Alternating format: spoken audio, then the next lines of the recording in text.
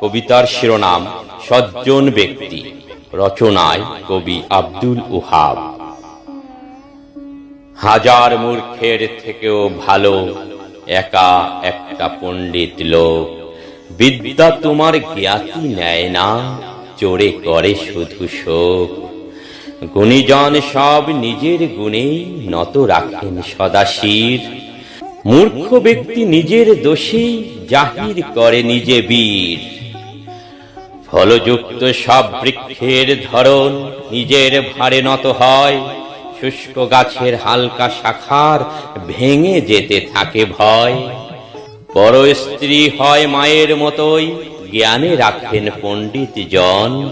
পর জিনিসটা ঢিলের মতোই, জ্ঞানী ভাবেন তুচ্ছ জ্ঞান।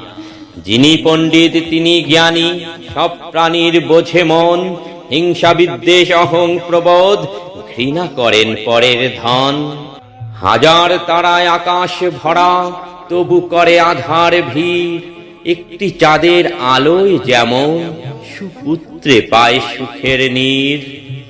সুপুত্রে পায় সুখের নীর।